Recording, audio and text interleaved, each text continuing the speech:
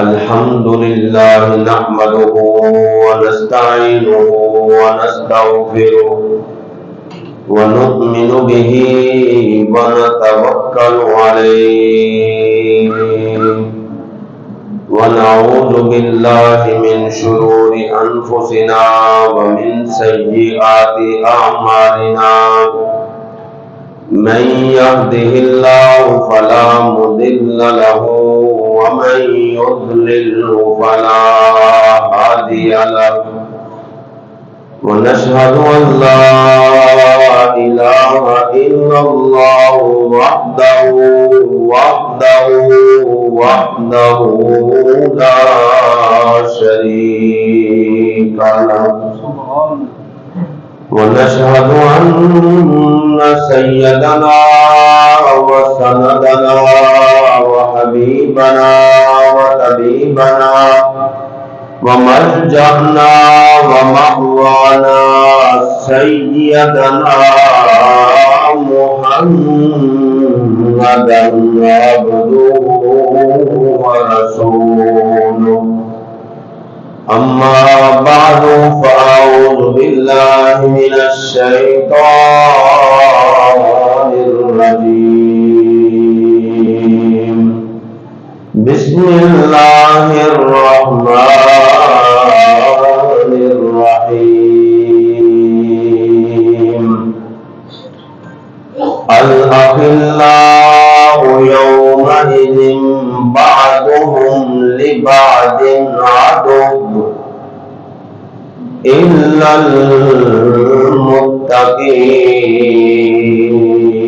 المتقين صدق الله مولانا العظيم رب اشرح لي صدري ويسر لي أمري واحلل عقدة من لساني يفقهوا قولي اللهم رب زدني علما اللهم رب زدني علما اللهم رب زدنا علما کوئی زبان خاموش نہ رہے بابا سے دلان جوشی پڑی الصلاة والسلام علیکہ یا رسول اللہ وعلى آلہ وصحبہ یا حبیب اللہ الصلاة والسلام علیکہ یا نبی اللہ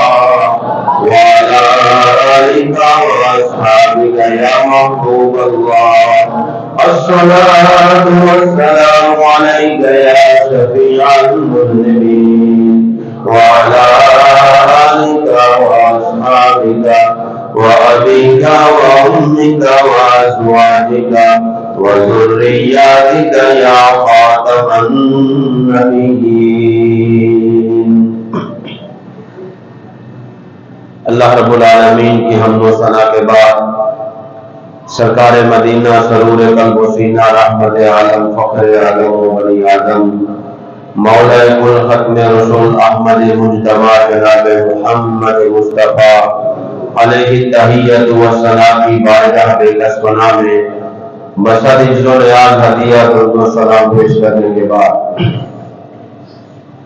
ربیع الثانی کا مہینہ گزر رہا ہے اور اس کی نسبت حضور غوث سمدانی قطب ربانی شہباز لامکانی حضرت شیخ عبدالقادر جیلانی الحسنی والحسینی آپ کی طرف کی جاتی ہے کہ اس ماہ مبارک میں آپ کا وصال بھی ہوا اور بالخصوص آج محبوب الہی حضرت خواجہ نظام الدین اولیاء رحمت اللہ تعالی علیہ آپ کا یوم وصال ہے دعا کریں اللہ تعالیٰ ان نیک پاک ہستیوں کا صدقہ مظلوم مسلمانوں کے حال سے رحم فرمائے اللہ تعالیٰ اسلام کو غلبہ نصیب فرمائے اسلام کے پرچم کو سربلندی عطا فرمائے آج کے جمعۃ المبارک کا جو عنوان ہے وہ ہے صحبت اختیار کرنا، دوستی اختیار کرنا، دوستی اختیار کرنے کے حوالے سے مختصر وقت میں چند باتیں آپ حضرات کے گوش گزار کروں گا۔ اللہ تعالی حق بیان کرنے کی توفیق نصیب فرمائے۔ ویسے قدرت نے یہ نظام ایسا رکھا ہے کہ انسان اکیلا زندگی نہیں گزار سکتا۔ اکیلے زندگی گزارنا اس کے لیے انتہائی مشکل ہے، اور پھر چھوٹا بچہ زندگی گزارے یہ اس سے زیادہ مشکل ہے۔ جو بچپن میں انسان کو اللہ تعالیٰ نے اس کے والدین کا ساتھ عطا فرمایا ہوتا ہے کہ انسان اپنے والدین کے ساتھ مانوس ہوتا ہے اور زندگی گزارتا ہے۔ کریم آقا علیہ السلام نے ارشاد فرمایا کل مولود یولد علی الفطرۃ، جو بھی بچہ پیدا ہوتا ہے وہ فطرت پر پیدا ہوتا ہے اور مسلمان ہوتا ہے۔ اب اس کے ماں باپ اس کو یہودی بناتے ہیں، اس کے ماں باپ اس کو عیسائی بناتے ہیں، اس کے ماں باپ اس کو نصرانی بناتے ہیں۔ تو یہ ماں باپ کی صحبت جو ہوتی ہے نا، اس کا اثر ہوتا ہے، اور پھر انسان اس کے مطابق اپنی زندگی کے مستقبل کا تعین کرتا ہے۔ ابتدائی جو 4 سالہ زندگی ہوتی ہے وہ تو انسان کے لیے ماں کی آغوش ہی ہے، اور 4 سال کے بعد پھر وہ جب بات سمجھنے لگتا ہے تو پھر ماں باپ جیسی زبان پہ بات چڑھانے کی کوشش کریں، بچہ ویسی بات اپنی زبان پہ چڑھانے کی کوشش کرتا ہے۔ والدہ اپنا نام سکھانے کی کوشش کرتی ہے، والد اپنا نام سکھانے کی کوشش کرتی ہے، اور جو بڑے دادا دادی ہوتے ہیں وہ کوشش کرتے ہیں اللہ کا نام سکھایا جائے، بسم اللہ سکھائی جائے، کیونکہ ان کی عمر زیادہ ہوتی ہے، ان کا تجربہ زیادہ ہوتا ہے، وہ آخرت کے زیادہ قریب ہوتے ہیں، اور وہ اس بات کو سمجھتے ہیں کہ اس کو اللہ رسول کا نام سکھایا جائے اور یہ بچہ نیکی کی طرف راغب ہو جائے۔ تو حضرات محترم، وقت گزرتا ہے، وقت گزرنے کے ساتھ ساتھ پھر ایک وقت ایسا آتا ہے عمر کے جب 7ویں سال میں بچہ پہنچتا ہے تو کریم آقا علیہ الصلوۃ والسلام کا فرمان عالی شان ہے کہ اب اپنے بچے کو نماز پڑھنے کا تم حکم دو۔ کتنی عمر میں؟ 7 سال کی عمر میں۔ اب یہاں پہ صحبت کا کیا اثر ہوگا؟ اگر ماں باپ خود نمازی ہے تو بچہ آٹومیٹکلی نماز کی طرف راغب ہوگا۔ اگر ماں باپ نمازی نہیں ہے، کیونکہ اب اس وقت اس کی جو عمر ہے وہ اپنے ماں باپ کے ساتھ گزر رہی ہے، اس کے دوست اس کے ماں باپ ہیں، اس کا چلنا پھرنا اٹھنا بیٹھنا اس کے ماں باپ کے ساتھ ہے۔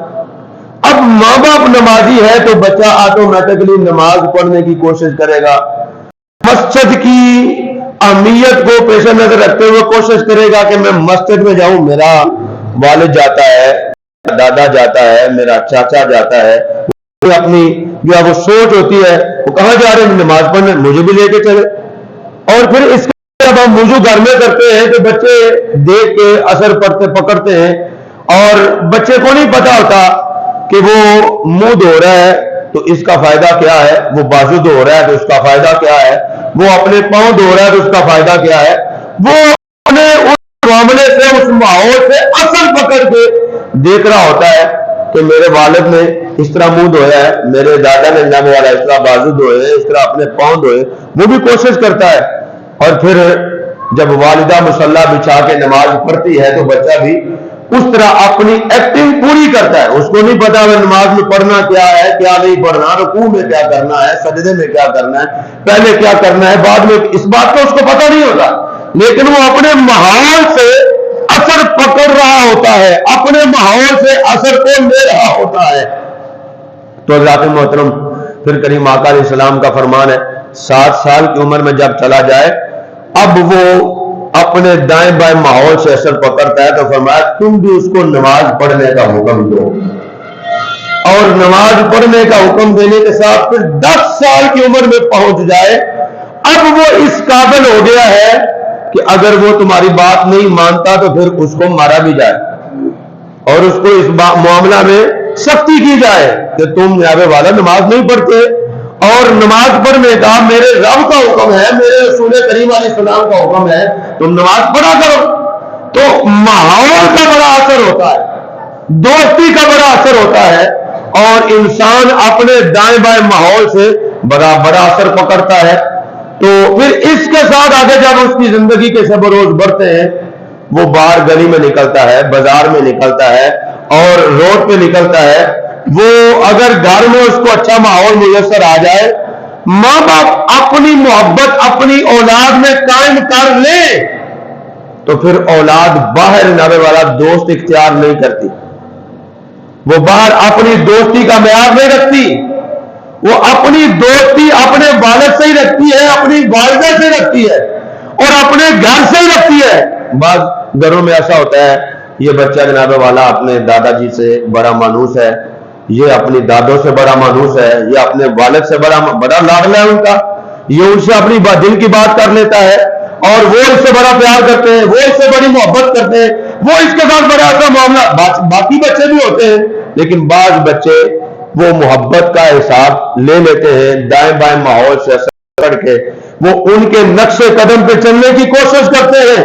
تو جب وہ اپنے چھوٹوں کو دیکھتے ہیں کہ وہ میرے نقش قدم پہ چل رہا ہے، تو بڑے ان سے پیار کرنا شروع کر دیتے ہیں کہ یہ اچھی عادات اپنا رہا ہے، اچھے اعتبار اپنا رہا ہے، اچھا طریقہ اپنا رہا ہے، پھر وہ کوشش کرتا ہے۔ اللہ اکبر۔ تو پھر 10 سال کی عمر میں جب آگے بڑھے، بچہ باہر نکلے، تو پھر انسان کو چاہیے کہ اپنے اس بچے کو آقا کریم علیہ السلام کے فرامین سنائے، حضور علیہ السلام کی باتیں سنائے، حضور علیہ السلام کی عادات سکھائے کہ آقا کریم علیہ السلام نے باہر کے ماحول کے حوالے سے کیا ارشاد فرمایا۔ کریم آقا علیہ السلام نے فرمایا المرء مع من احبا، جو بندہ جس کے ساتھ پیار کرے گا قیامت والے دن اسی کے ساتھ ہوگا، جس کے ساتھ پیار کرے گا۔ اور ایک اور حدیث مبارکہ ہے، کریم آقا علیہ السلام نے فرمایا الرجل علی دین خلیلہ فلینظر احدکم من یخالل، کہ آدمی اپنے دوست کے دین پر ہوتا ہے، اب اس کو چاہیے کہ وہ دوست ایسا اختیار کرے، اختیار کرنے والے کو چاہیے کہ اس بات کا خیال رکھے وہ کس کو دوست بنا رہا ہے، وہ اچھے کو دوست بنا رہا ہے، وہ برے کو دوست بنا رہا ہے، وہ کس کے ساتھ دوستی کا معیار جو ہے وہ قائم کر رہا ہے۔ اور اپنے بچوں کو ان باتوں کی طرف راغب کرنا چاہیے تاکہ جب وہ معاشرے میں جائیں وہ دوستی ایسی اختیار کریں جس سے ان کی دنیا بھی بہتر ہو جائے اور جس سے ان کی آخرت بھی بہتر ہو جائے۔ اور اس معاملہ میں بچوں کو یہ باتیں سمجھانی چاہیے۔ برائی بڑی ایکٹیو ہے، برائی بہت زیادہ ایکٹیو ہے، نیکی کی بنسبت آج کل برائی زیادہ اثر پکڑتی۔ آپ اپنے ماحول کے گرد و پیش میں دیکھ لیں، اور تو اور یہ سوشل میڈیا ہی برائی کی اثر جو ہے وہ جڑ ہے، اور بچے اس سے جناب والا مانوس ہو کے برائی کی طرف راغب ہو رہے ہیں۔ تو اس معاملہ میں بھی ہمیں اس بات کی طرف کوشش کرنی چاہیے کہ برائی کو روکنے کی کوشش کریں، اور اس کی مثال علماء نے اس طرح دی ہے۔ آپ فرماتے ہیں کہ جناب والا آپ 10 سیب لے لیں اور ان 10 سیبوں میں ایک سیب گندا ہے، 9 اچھے۔ آپ لوگوں کا ہی فتویٰ ہے کہ ایک سیب 9 کو خراب کر دے گے، وہ 9 کو خراب کرے، اور حالانکہ 9 سیب طاقت میں زیادہ ہے، گنتی میں زیادہ ہے، پاور میں زیادہ ہے، تازہ ہونے فریش ہونے میں جو فریش ہے اور ان میں ان کی طاقت زیادہ ہے، لیکن وہ مل یہ ایک سیب طاقت ہے، کیسی ہے اس میں لوگوں کو گندہ کیا۔